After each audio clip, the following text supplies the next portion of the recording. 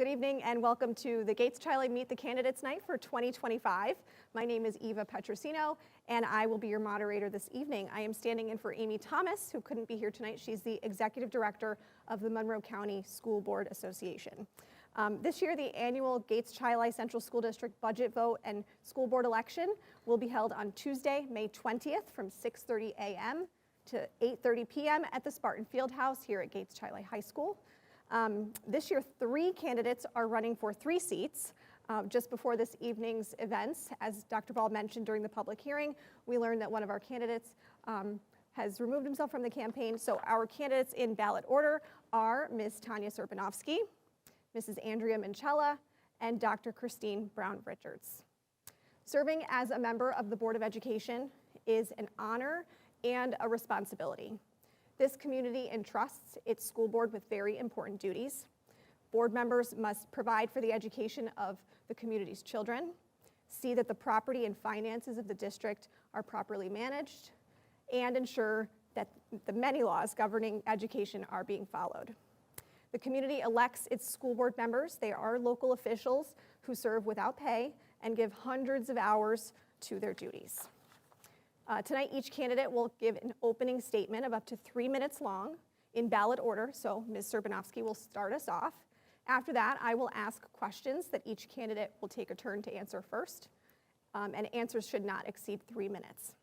When 30 seconds are remaining in the candidate's allotted time, Mrs. Brown will kindly show a 30-second notification to each candidate.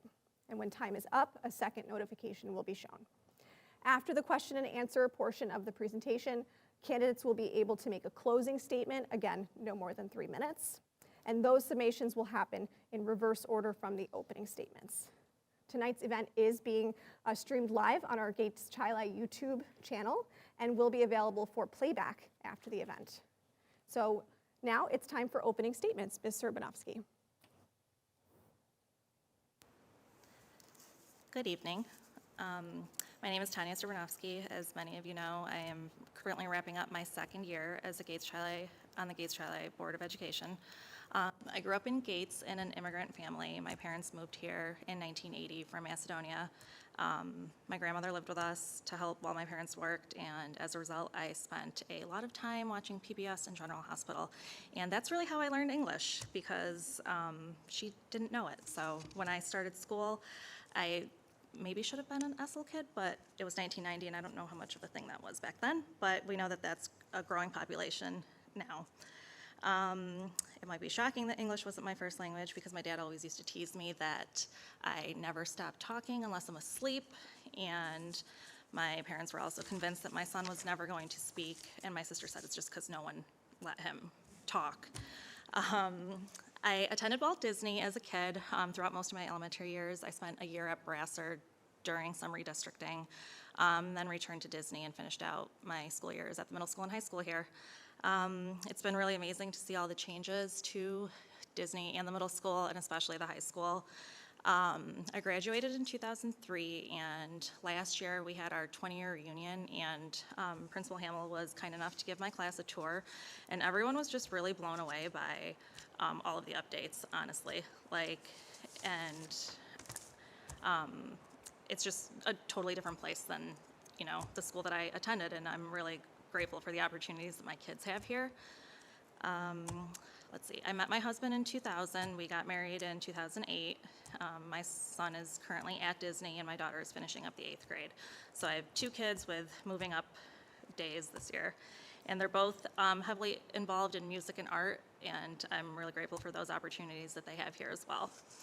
I attended Brockport, where I earned a degree in history, and while I was in school here, social studies and French were my 2 favorite subjects, and my 2 French teachers are actually still teaching here, so that's pretty cool. I worked for the Spencerport Central School District for the last 7 years, and in past years I've been a member of the Walt Disney PTO, and I was secretary of the middle school PTO. I'm really proud of Gates-Chile and the opportunities that our students have had and will have as they move through their years, and I hope to be able to continue to serve as one of your board members. Thank you. Mrs. Minchella. My name is Andrea Minchella, and I would like to start the evening by sharing a little of my journey that has led me here tonight. My husband, Jonathan, and I decided to move to Gates 15 years ago when we were looking for our first house and found the perfect fit. We now have 2 sons who are currently in 1st and 2nd grade at Walt Disney Elementary School. When my oldest son started at Disney, I knew I had to do my best to do and be at everything school-related. Field trip, I'll chaperone. PTO meetings, each one goes on the calendar. After-school events, we'll help with setup. That first year was such a great experience, getting to be just a small part of his schooling journey. I got to watch him grow and learn and find his own little place in his Disney community. But what I wasn't expecting was to see how much I would grow. I went from wanting to be a helper at Disney to help with my own working mom guilt to finding that I needed to be involved, discovering this drive in me to want to be the change that our families needed and that the staff needed. Since that first year, I have helped restructure and revitalize the parent-teacher organization at Disney. We have implemented a budget, found new fundraisers that meet our families' needs, helped to fund and organize family and community events, and we are now growing with new members, and our PTO is able to fiscally make a consistent difference at Walt Disney. Since then, my volunteering has grown from PTO events and school improvement team meetings to now also being part of district events, district improvement team meetings, district equity team meetings. I was a Parent Square ambassador for the district and a regular member of the district's budget ambassador groups. I was recently honored with the GC Pride Award. All year you can find me organizing events like Bingo and Penguin Patch, making thank you gifts for Staff Appreciation Week, or making popcorn at events like the 5th grade fun night. Or you might find me with my family sitting in the audience watching and enjoying the High School Musical or walking the halls of a school art show. I may not have grown up going to Gates Child High Schools, but I can certainly say I've grown being a part of it. I'm dedicated to this district and hope to earn your vote to continue to be a positive force for years to come. Thank you. Thank you. Dr. Richards. Good evening. Welcome to all Gates Child High students, staff, and families and community members. I come to you today as a committed Gates Child High resident, committee member, community member, for a former parent and current family member of Gates Child High students. I have 2 grads from Gates Child High who are excited and proud, who have also recruited some who have not grown up in Gates to say that Gates is their home. They're excited and proud to be Gates Child High grads, and I sit here honored to serve this community. I am excited to serve the community and putting our children and their education first. In my current tenure as a board member, one of the things we strive to do is to make sure that our students are coming and getting what they need, that our staff are supported and getting what they need, and that our families feel that they get what they need. This community has been home to me since 2006. When we decided to move into a community, the main focus was where can we move that if our children were to leave Catholic Christian school, they would be able to go to a public school. And Gates, without a doubt, was #1 on the list. So it is my hope that I gain your votes to continue to support the students, to continue to support the staff, and continue to support the community of Gates to make Gates best of the best in the years to come as we look forward to giving our children and our families the education they deserve. Thank you. If you're just joining us virtually at home, this evening's Meet the Candidates event is being recorded and will be available for playback after the event. We've just completed the opening statement portion of the evening, and now it is time to move on to the question and answer portion. Candidates, a reminder that answers should not exceed 3 minutes. When 30 seconds are remaining in your allotted time, Mrs. Brown will show you a 30-second notification. When time is up, you will receive a second notification. Again, each candidate will have the opportunity to answer on a rotating basis. So we begin with Ms. Srbinovski. Question number 1, what strengths would you bring to the Board of Education, and how can those strengths help support district goals? Thank you. I think one of the biggest strengths that I bring to the board is the variety of perspectives I've gained as a parent, a public education employee, a community member, and the spouse of a teacher. I understand how the decisions that we make at the board level impact students and families, but also how they impact teachers, support staff, and school operations behind the scenes. For example, in my day job, I help support the planning of professional learning and have gained insight into district-wide instructional initiatives aligned with state goals. This includes things like improving literacy and math proficiencies. These efforts are particularly important as districts across the state continue to address lingering issues caused by the COVID-19 pandemic. While many would like to move on from that chapter, the reality is that the impact on academics and student well-being are ongoing. Through my work, I've gained invaluable insight into how we can both support students and staff as they continue to recover and grow. Another of my key strengths is being detail-oriented. As the district's home instruction coordinator in Spencerport, I'm responsible for ensuring that homeschool families are abiding by the New York State home instruction regulations. This requires a deep understanding of educational policy, clear communication with families, and consistent attention to timelines and legal guidelines, all skills that are directly applicable to the responsibilities of a board member. I'm also a strong believer in family and community engagement. I've seen firsthand how much student success improves when families feel connected to the learning environment and when communication between home and school is strong. Whether it's through volunteering on PTOs, serving on committees, or attending district events, I understand how important it is to keep families informed, connected, and valued. Thank you. Thank you, Ms. Minchella. I think the first thing that I can offer as a strength is my financial background.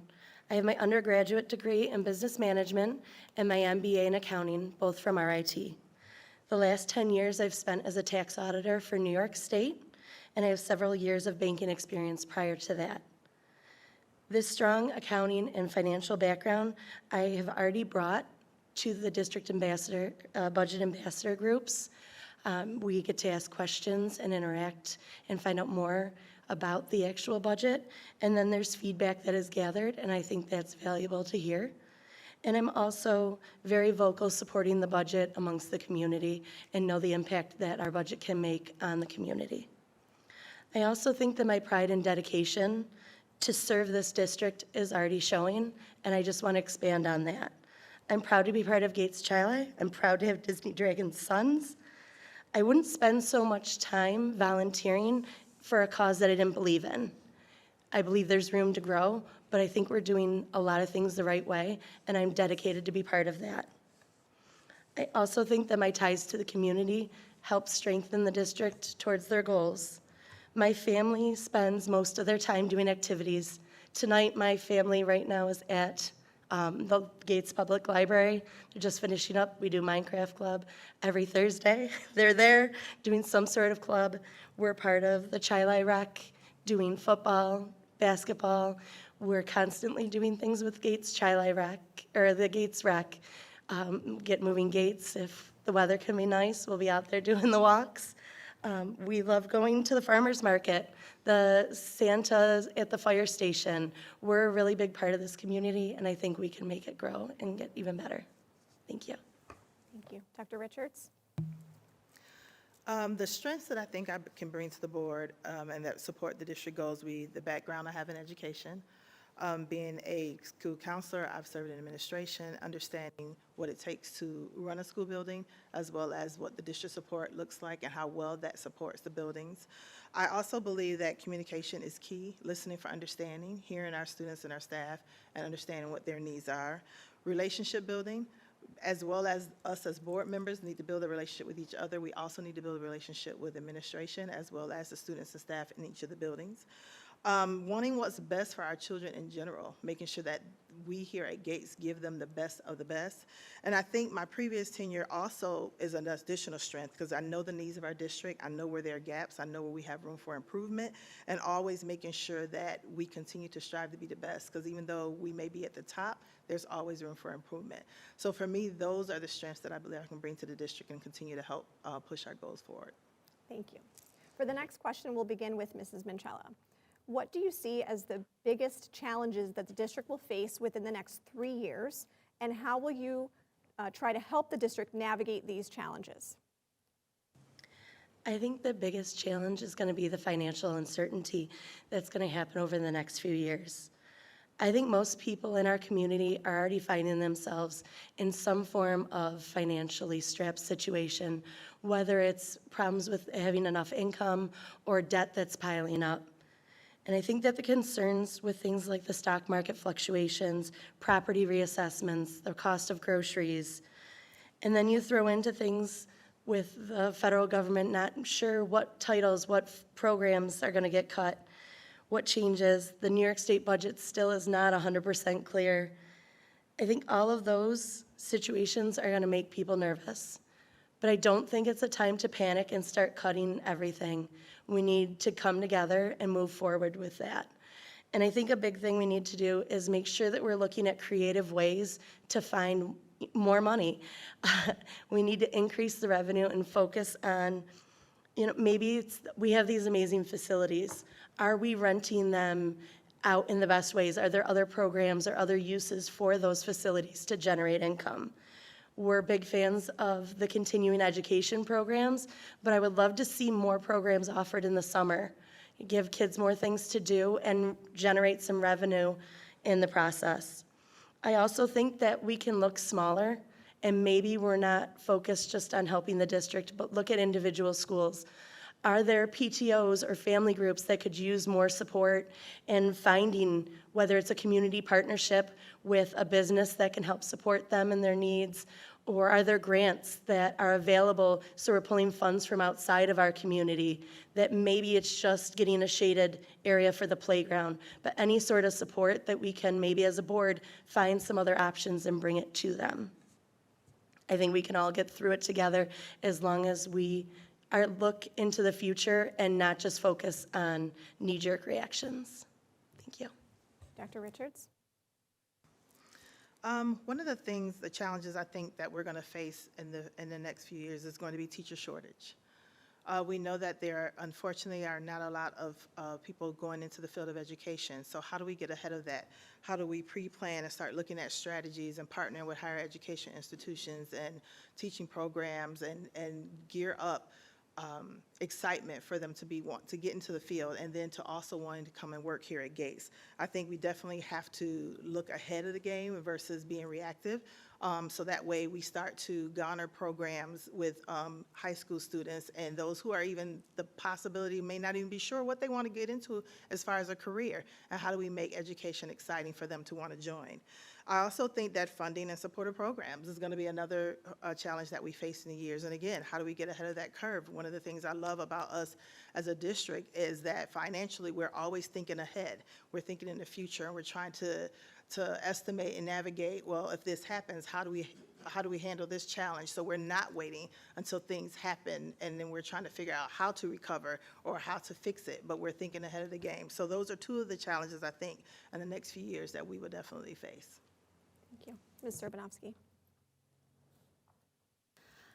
There are several challenges facing school districts across the state, and I also believe that one of the biggest challenges is the statewide teacher shortage. Competition for the best teachers is fierce, and fortunately, Gates Chili has and will continue to successfully recruit teachers for positions required to maintain the high-level instruction and variety of course offerings for our students. Budgeting for new staff members and retaining our existing teachers and staff is also important, and our community and culture plays a large role in making sure that Gates is a sought-after district for job seekers and future graduates. We also need to continue to address student mental health and well-being. Rising anxiety, depression, and post-pandemic adjustment struggles among students are leading to greater demand for counseling services and mental health supports, which ties into the aforementioned need for staff members to fill these vital roles. We also need to make sure that we're working with families creating partnerships to ensure that students are receiving the support that they need at home to be successful, well-rounded individuals. And a third challenge is adapting to changing technology and incorporating emerging tech into our education programs. AI is not going away, and we need to learn how to leverage it to enhance learning and instruction. We also need to continue to make sure that our students are responsible digital citizens and that our students have access to updated devices in a rapidly changing tech world. To navigate these challenges, I will prioritize open communication, data-driven decisions, and collaboration with administrators, educators, and families. I will advocate for responsible budgeting that supports core programs while exploring creative, responsible solutions to meet the emerging needs and rising costs. Thank you. For the next question, we'll begin with Dr. Richards. The question is, school boards need to be able to work together. Can you give an example of a situation where you were part of a group or a committee and tell how you helped that group of people to work together to solve a problem? Absolutely. working on a previous group or committee, we had to pick a person for a specific role. And this person declined that role at the last minute. And at that time, we were faced with, who do we choose? Number 2, number 3. So we sat as a group and we looked at the pros and cons of the situation. We talked about, the garnering of support and how it could fit into the analysis of what was best and what was needed for the organization. So looking at the pros, looking at the cons, looking at the challenges, looking at what we could do to support whomever was in that position. We also talked about what could we live without? What is it that we would have to garner and help that person grow with versus what they were coming to the table with? And everyone had a voice. Everyone had the opportunity to share what their perspective was and what they thought was going to be best. And at the end, we reached a decision by looking at those pros and cons, listening to what everyone had to offer, and doing what we thought was best for the organization. So it was teamwork. Teamwork through and through at the heart of it all, understanding and knowing that we are not going to always agree, but at the end of the day, if we do what we feel is best for the organization, and in this case as a board, if we do what's best for our students and then for our staff, then we know that everyone is going to win. Thank you. Ms. Srbinovski. So at my job, I work in the instruction office in Spencerport, and a big part of the school year right now for me is planning meetings, events for the following school year. And it's a process that involves coordinating with about 7 administrators, and it's hundreds of events and meetings that we're scheduling. And in the past, we relied on multiple applications, and there would be multiple versions of this calendar going around, principals would look at it, different directors would look at it, and it just caused a lot of confusion and miscommunication. And so this year, I proposed a streamlined solution to create a centralized Outlook calendar. So we worked with our IT department to develop this shared calendar that we can update in real time, and it eliminated the issue of conflicting versions. And this way we can send meeting invites directly, and then if I'm not in, I have colleagues that have editing rights, so they can step in to make updates when I'm not available. And I think that this change has really saved a lot of time and hopefully is going to reduce a lot of confusion, and it just helped our team work together more effectively because everyone has access and we can all see what we're working on together versus having to send, this version and that version out and then, go back and forth, so.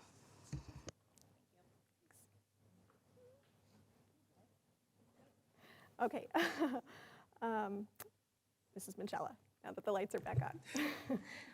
So Imagination Child Care Academy holds the vast majority of our UPK programs in the district, and it also has a private JPK and after-school wraparound and summer camps.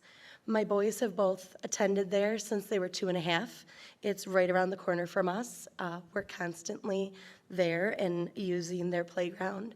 So when a couple years ago, the owner came to all the families and said, I have this dream to make the playground better. We're gonna make an addition and make it an all-inclusive play space and rehab the wooden playground that is in desperate need of some upgrades. I was ready, jumped right on board. What can I do? Signed up for a leadership role. Let's make it happen. Where do we start? And then the harsh reality hit me that I have no idea what an actual all-inclusive playground is. An accessible playground doesn't necessarily mean it's all-inclusive, but an all-inclusive playground is accessible. So to take on a leadership role and basically be clueless about a problem that's been going on forever and I just found out about was very overwhelming. There was a small group of us that started it, and we all kind of had to go back and forth with being in leadership and who was the expert in this area. And I can help do this part, but I have no idea what this other part is. And working with not only the families that would be the most highly impacted with this, but OT and PT and just childcare experts, while you're in the back of your head, you're questioning, are you the person for this? Because you really don't know everything. It was a hard experience at times, but just such a great learning experience that you don't have to know everything to be a leader, and it's okay to fall. Because there were times where we'd have government officials tell us, we really don't think there's a need for that in this area. Your family can drive to Canandaigua. Or when we'd ask for a big company that's in our neck of the woods, and they would say, no, we don't have the money for that, we're spending money over here instead. And we still had to all pick each other up and remind ourselves that we have a common goal and we're gonna make the dream happen. So just because you don't know doesn't mean you can't advocate for something. And just because the bigger benefit isn't directly tied to benefiting you doesn't mean you can't champion on a program and you can't be an amazing leader. So, thank you. For our next question, we'll begin with Ms. Srbinovski. What does the Gates-Chili Central School District do well, and what areas do you believe need the most improvement? I think that Gates-Chili does a great job of creating a welcoming environment where our students feel supported. One of the district's biggest strengths is how it works to meet the needs of students from a wide range of backgrounds and experiences, whether that's through counseling services, academic support teams, and various opportunities in the arts and athletics. I also think that Parent Square has really improved communication by making everything easier and more consistent for families. I know that for us, it's definitely made things a lot easier having kids in 2 different buildings. So I don't have to constantly check, okay, what's going on at the elementary school and the middle school.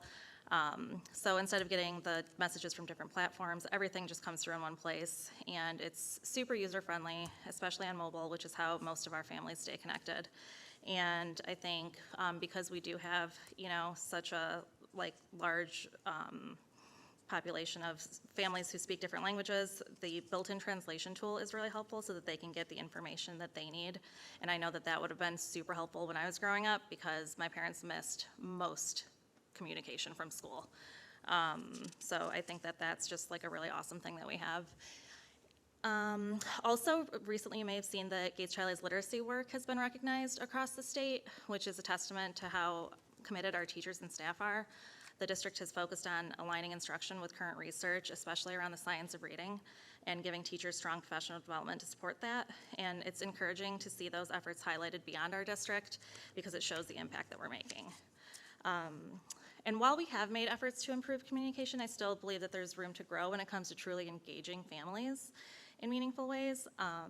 Family engagement goes beyond sending out information. It's about building actual partnerships between schools and families. And I think that we do a really good job at the elementary level, but I think when you get to middle school and high school, that kind of starts to slip a little. And I think that we can hopefully strengthen this by offering more opportunities for two-way communication and listening to what families need, and creating more accessible ways for parents and caregivers to be involved in their child's learning. Which again, I think, I have an 8th grader, so it was easier when she was a kid. You had your parent-teacher conference and you kind of, would touch base. But when they get older, you don't really do that unless it seems like there's an issue. So I think it would be better to find ways so that to make those, build those relationships. And yeah, I think there's just a lot that we could do to help families understand how to support their kids' learning better. And when they feel welcome at school and informed and empowered, then their students are going to thrive. And we have the foundation, and we just need to keep building on it with more consistency and creativity and intention. But overall, I think that we really care deeply about our students, and we're working to grow. And with focus on academic success and strong connections between school and home, I think that we could take that work further. Thank you. Thank you. Ms. Minchella? I think Gates-Chili is doing a great job going beyond just the standard education. I love that the classrooms get visits from various people. There's assemblies from everything from dentists to, my kids loved it when the Harlem Wizards came and visited. There's a lot of learning, I feel without knowing that they're learning. The classrooms are diverse, and the students are learning about other people's cultures and traditions. I love when my kids come home and they tell me about their friends are fasting and they didn't know what that was, and now they do, and they have more questions about that. They're taking the learning from in the classroom and bringing it home to stuff that I never, ever was exposed to when I was their age. I think it's great that we have field trips to go, even if it's just here to see the different performances, whether it's the plays and concerts. They're encouraging other students that are still learning and practicing and getting inspired themselves to be able to do more and to learn more and grow. I think the art shows and the concerts that celebrate our children's success are great for motivating them, but also giving them that real world experience of getting over the nerves and practicing and becoming better because you know there's other people watching. I think the district could do some improving when it comes to early intervention. I think if a child needs speech, it shouldn't be determined by how badly they need it versus some of their classmates or other students in the area. If we have a shortage on speech therapists, I think we need to find more of that. If a child is getting the tier 3 intervention with literacy, their parents shouldn't have to worry about them growing too fast so that they get out of that program because another kid needs it more. If they still need that intervention, we should be able to do that. And I know it's easy to say, and it's not just, a quick fix of hiring a bunch of people, but I think it needs to be our goal. Because I think those kind of things are going to become even more important as time goes on. And if we can't help them at a base level with things like speaking and reading, they're not going to have the confidence in themselves or in the district as they get older. Thank you. Thank you. Dr. Richards. Whew, some things that we do well here at Gates Child Eye. I believe we definitely tackle the whole child. We do that well. We look at not just we look at the social, emotional, and the mental health because those two together equal great academics. We have to make sure that our children are well before we expect for them to be able to sit in the classroom in front of the teacher and get the work done. We also do well with our academics and our class offerings.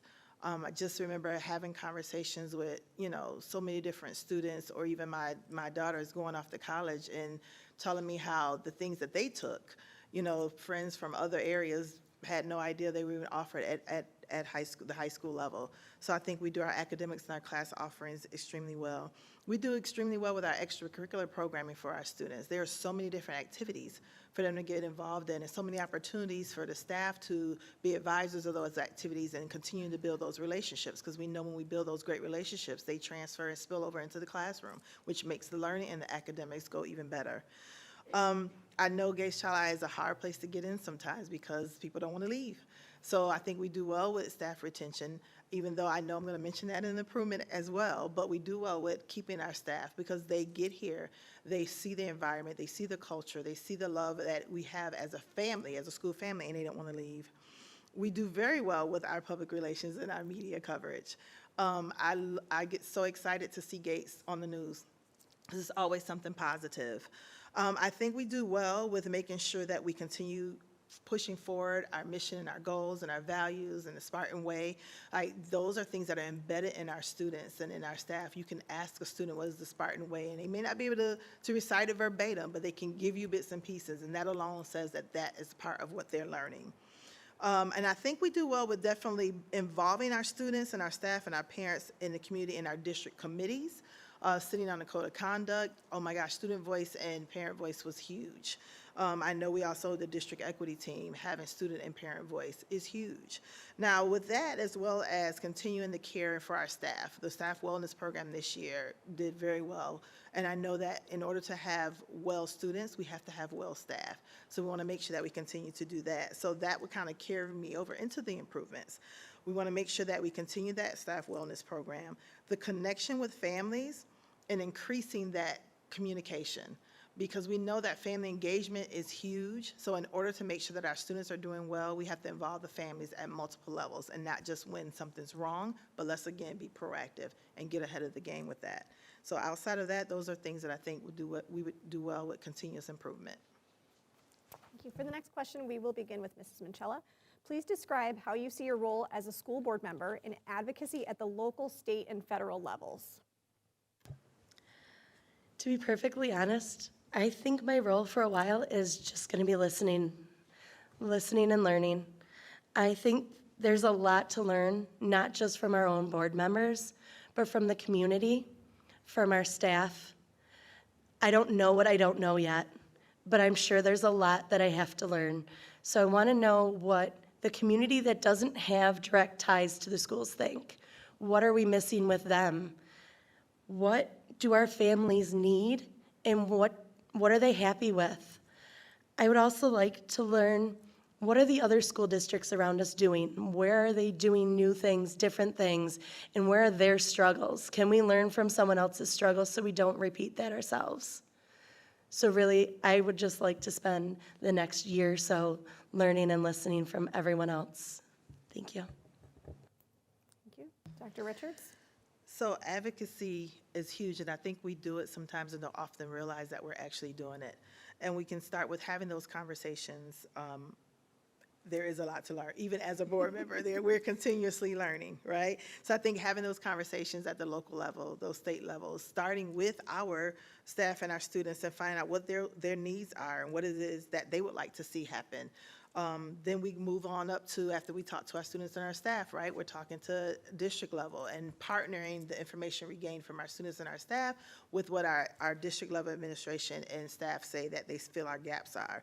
Then having those conversations with our local officials and talking policy and what lies ahead for school districts. Again, I think a huge piece of our work is not just waiting until something happens and be reactive, but planning for the future. And if we can get a good head start on what we see coming, then we know how to plan for it. So I think keeping the community informed and making those decisions based on the community needs, that's where our advocacy lies. And I think that is what makes us, as we are, Gates, as good as we are, but we can always do more to be better. Thank you. Ms. Srbinovski? As a school board member, I view advocacy as not just an obligation, but it's really just a core responsibility of the role. At the local level, it starts with listening to the needs of students, families, staff, and community members, and it means being present and approachable, whether it's through community forums or casual conversations at school events. I believe in building strong, trusting relationships with those that we serve.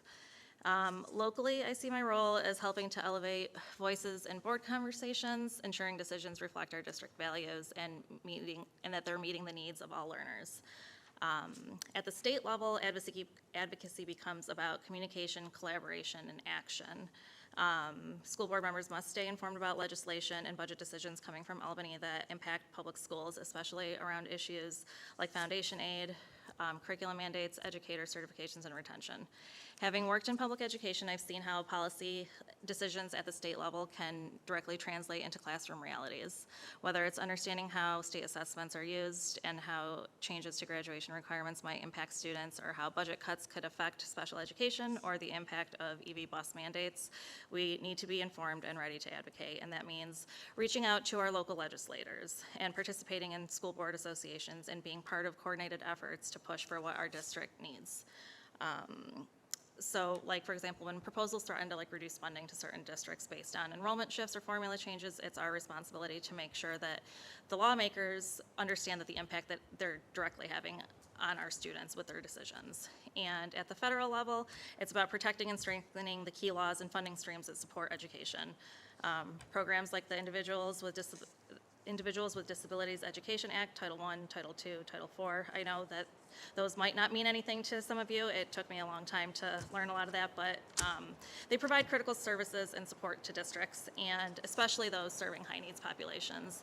And we need to work with our representatives in Washington and make sure that they're hearing from us through letters, visits, partnerships with state and national education organizations. And we just need to pay attention to shifts in federal policy that can have long-term effects, like proposed cuts to education funding and the changes to special ed laws or initiatives that can impact teacher recruitment and student privacy. So whether it's making sure that every student has access to resources or fighting for sustainable funding, I just believe that advocacy is really a continuous active part of being an effective board member. Thank you. Thank you. And for our final question tonight, we will begin with Dr. Richards. Do you support this year's school budget, and how would you prioritize district resources and programs amid ongoing economic challenges? So yes, I do support this year's budget, and I think as I was listening to Dr. Ball go through it again, just knowing that one of the things that we do is we're continuously trying to maintain the high standards of programming. We're looking for additional student support services and where we can add those things in. And, we're definitely looking at how do we reduce the administration costs across the district, because I think that's how we continue to support during these ongoing economic challenges. And I think we prioritize based on the needs. So we absolutely start off with academic priorities first, right, for our students and for our staff. But then we also know that, God forbid, if a boiler goes out, we can't have school. So, right, so then we may have to shift a little bit, and we have to prioritize making sure we maintain our facilities so we can get the students and the staff in the buildings in order to have that great academic success. So I think you really have to look at the needs of your district, and that's where you start with your prioritization, but absolutely knowing that academics come first and foremost unless something else takes precedent. And I think the biggest thing that we do is we always making sure that we have the partnership with our BOCES programs, so looking at the economic challenges that can come upon us, leveraging those partnerships, leveraging again that I'll keep saying it, that future forward thinking and looking ahead of the game as to what's coming down the pipe, as we say, and how do we kind of help steer clear of those challenges and things that could put us at a disadvantage, so we're not waiting until things happen in order to figure out how to fix it. So I know, and with the community support and buy-in, making sure that they understand the budget, right? Budget ambassadors is huge, and that's one thing that I love that we have, that looking at other districts, they don't have, and making sure that our community understands the budget. You know, thankful to Dr. Ball for being able to explain it, because I am not a finance person, but understanding, being able to listen to him and understand our budget is always helpful. So making sure that we get that information across, continuing to have the positive carryover, and being able to say that we have a balanced budget is huge in these days and times. And I think as long as we stay future forward thinking, we'll be able to stay ahead of the economic challenges. Thank you, Ms. Srbinovski. Yes, I do support this year's proposed budget, and as Dr. Ball has stated, it is a zero-based, no-frills budget, which balances fiscal responsibility with the needs of our students, staff, and programs. Right now, as he mentioned, districts across New York are facing some real financial pressures, and the way that the state decides how much money each district is getting has changed, and there's a lot of uncertainty about state and federal funding, which makes it a little challenging to build your budget when you don't really know how much money you're getting. But locally, we also need to be mindful of the impact that reassessments are having on families. I live in Gates. My house also got reassessed, and it's stressful. I don't really know what the impact is going to be yet. My mom lives in Gates. She's retired. It's same thing. So I get that it's a very stressful thing for families. But at the same time, like, we do need to invest in our schools, and especially, you know, with limits on how much local taxes can raise, it's just getting harder to stretch every dollar.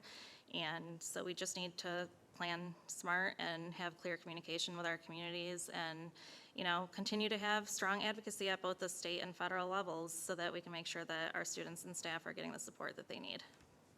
Thank you. And Mrs. Minchella. Yes, I do support this year's budget.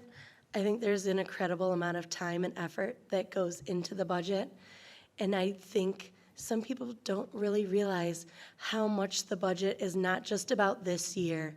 It's learning from last year and prior years. It's looking ahead to make sure that we're set up to continue to have the success that we've had. There's always room for improvements, and I think as long as we're looking ahead and keep that in our mind, that we'll make those improvements and that we can learn from the community around us. Again, I think if the budget interests you or if it confuses you, you need to do the budget ambassadors. It really does help you to understand how it all comes together, and it's great to have the opportunity to ask questions where you don't feel like you're in the middle of everyone. You can just more of a chat than a question and answer session. So, yes. Thank you. Thank you. So we've come to the end of our question and answer portion of the program. Each candidate will now be able to make a closing statement, again, not more than 3 minutes. Again, those summations will happen in reverse order from our opening statements, so Dr. Richards will give her closing statement first. So first of all, I would like to say thank you to all of you who are present here for this Meet the Candidates Night, as well as those who may be watching online. As I said to you at the beginning, I come to you as a committed community member, a former parent of 2 Gates Child grads, current family member, auntie, of 2 Gates Child students, and a support for other students in our district. I am here for our students, I'm here for our staff, and I'm here for our families at the GC community. I am still student-centered, I'm still family-focused, and I'm still community committed. And I hope that I have your vote on May 20th. Thank you. Thank you, Mrs. Minchella. I'm here because I'm passionate about our school district and the lives of the students and staff within the district. This isn't a stepping stone for my career, and I'm not here to make some sort of statement. I'm here to ensure that the current programs that provide the necessary care and assistance and enrichment to our students remain strong while continuing to grow with the district's needs. I'm here to support teachers and staff with the tools and resources necessary to empower them to excel. I'm here to encourage financial stability and transparency with a focus on strategic future planning. I'm here to promote an inclusive and supportive community within the Gates Central School District. I'm here to celebrate and support and promote Gates Chi-Li by continuing to plan, attend, and support district-wide events. I want to thank everyone who has taken the time to be here tonight and everyone that's watching this in preparation for the May 20th vote. I hope that I have earned your vote to be a member of the Board of Education, but if you decide someone else is more qualified or more dedicated to the district, it's okay. I'm still going to be here. I'll still show up to support the district in all the same ways. I just hope I have the honor and opportunity to do that on a larger scale. Thank you. Thank you. And Ms. Srbinovski. I'd also like to thank everyone for their time this evening, and thank you, Eva, for moderating.